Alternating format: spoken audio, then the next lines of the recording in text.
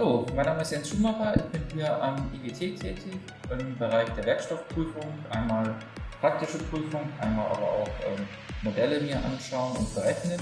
Und heute wollen wir uns mal einen Versuch angucken, wo wir zum Beispiel die Frage klären können, wie viele Nudeln brauchen wir eigentlich, um unser eigenes Körpergewicht tragen zu können. Das wollen wir uns gleich mal genauer anschauen. So, nun wollen wir uns mal anschauen, was denn hier so eine Nudel an einer Kraft ab kann, wenn wir sie testen.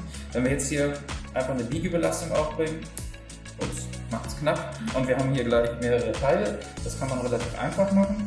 Aber wenn man jetzt eine Nudel einfach hier in ihre Längsrichtung belastet, da können wir dann deutlich höhere Kräfte aufbringen. Und wie hoch die sind, das schauen wir uns jetzt hier mit Hilfe der Prüfmaschine an. Wir spannen jetzt hier die Nudel ein, was jetzt hier in dem Fall unsere Probe ist. Mal eine neue. Hier sind so Spannbacken oben und unten, die kann ich hier am Raddreh zusammenfahren. Und die hält dann oben und unten die Nudel fest. Und wenn dieser Schritt geschafft ist, dann fährt die Maschine langsam auseinander, zieht die Nudel ein Stückchen auseinander und nimmt dabei auf, welche Kraft denn dabei aufgebaut wird. So, fangen wir erstmal unten an. So, die Nudel einspannen.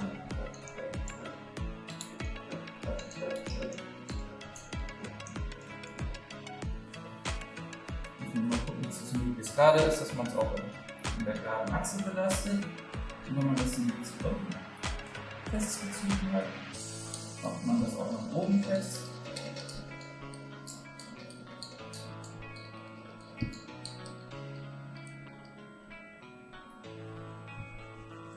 So, die Nudel oben und unten fest eingespannt. Dann können wir jetzt mal den Versuch starten. Dann haben wir hier unsere Prüfmaschine mit unserer Datenaufzeichnung, und wir erzeugen, während wir die Daten aufzeichnen, gleich ein Diagramm. Hier sehen wir hier unten auf der X-Achse die Längenänderung, das heißt, wie weit fährt die Maschine auseinander. Und hier auf der Y-Achse ist dann die Kraft aufgetragen, das heißt die Kraft, die aktuell an der Nudel zieht.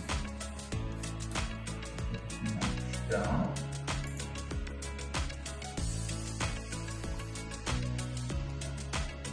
Jetzt geht relativ schnell. Wir sind bei 12 Newton. Die Achse passt sich hier immer automatisch an.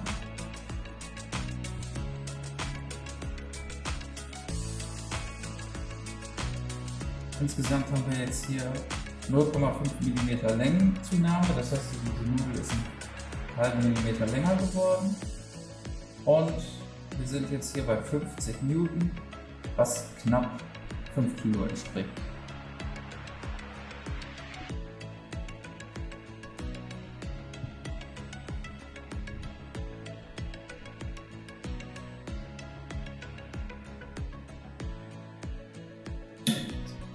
So, jetzt haben wir gleich das Knack gehört, der Versuch ist vorbei. Und wir sehen hier, die Nudel ist in dem Prüfbereich etwa 1 mm länger geworden und hat eine Kraft von knapp 100 Newton, was sagen wir 9 bis 10 Kilo entspricht, was da an Zugkraft aufgebracht werden kann. Dann können wir jetzt hier die Probe einmal ausbauen. Jetzt haben wir hier eine untere Hälfte und eine obere Hälfte. Hier kann man aber nicht viel erkennen, das ist einfach nur eine Bruchfläche, die man sieht, wie die Nudel an der Stelle kaputt gegangen ist. Keine großen Verformungen sonst sichtbar. Dann wollen wir uns jetzt mal im nächsten Schritt anschauen, was passiert. Was passiert, wenn die Nudeln kochen, aber jetzt haben wir die mal ins Wasser gelegt für ca. eine Viertelstunde. Wir sind jetzt hier Hauptsache vor allem im Mittelbereich mit Wasser in Kontakt bekommen. Und jetzt wollen wir uns das Ganze mal anschauen, was bewirkt denn das, wenn wir die Nudel nass machen, und was hat das für einen Einfluss auf die Kraft, die wir jetzt mit dieser Nudel noch übertragen können. Da haben wir die Nudel nass gemacht, die Nudel in die Mitte reingelegt und bauen jetzt das Ganze nochmal wieder auf und schauen, was passiert denn da jetzt mit der Kraft, die wir erzielen können.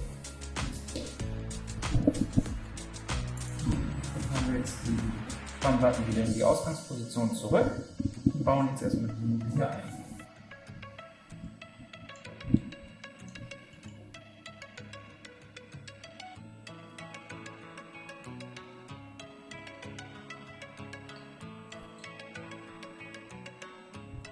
So, das ist schon eingespannt, und auch. Jetzt stellen wir hier wieder ein, die Prüfgeschwindigkeit von 1 Millimeter pro Minute. Das heißt, wieder mit der gleichen Geschwindigkeit auseinanderziehen und starten jetzt den Versuch.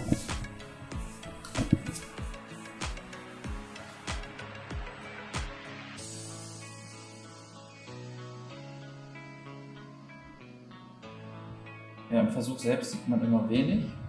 Da ist halt wenig Verformung in der Probe drin, da kann man immer dann wenig an der Probe sehen. Man sieht das halt hier nur an dem Diagramm, wie jetzt langsam hier die Kurve nach oben geht. Und man hat jetzt so, da sagt man das Gefühl, dass das Ganze ein bisschen langsamer abläuft als vorhin. Und das sehen wir nachher auch sehr schön, wenn wir das Ganze uns im Vergleich angucken. Jetzt haben wir ungefähr 1 mm erreicht, also schon etwas mehr als 1 mm Länge. Und da waren wir bei der anderen Nudel bei um die 90 Newton und hier sind wir jetzt erst bei 40. Das heißt, wir haben Knackplatz gemacht. Jetzt kann man es hier auch sehr schön im Vergleich sehen. Das war die Nudel, die wir jetzt zuletzt getestet haben, mit dem, nachdem wir sie eine Viertelstunde lang im Wasser gelegt haben. Und hier sieht man dann, wir haben ungefähr die gleiche Längung, bis es in 2 Teile gebrochen ist, aber die maximale Kraft, die wir übertragen können, liegt jetzt hier bei etwa 40 Minuten. Das heißt, eine Viertelstunde in kaltem Wasser gelegt, hat da schon die Kraftübertragung deutlich beeinflusst. Gut, essen kann man sie jetzt immer noch nicht, weil sie da immer noch viel zu hart ist, aber sag ich mal, die Lasttragfähigkeit hat deutlich abgenommen. Gut, ja, jetzt haben wir mal getestet, eine Nudel im trockenen Zustand, einmal im Zustand Viertelstunde im Wasser gelegen.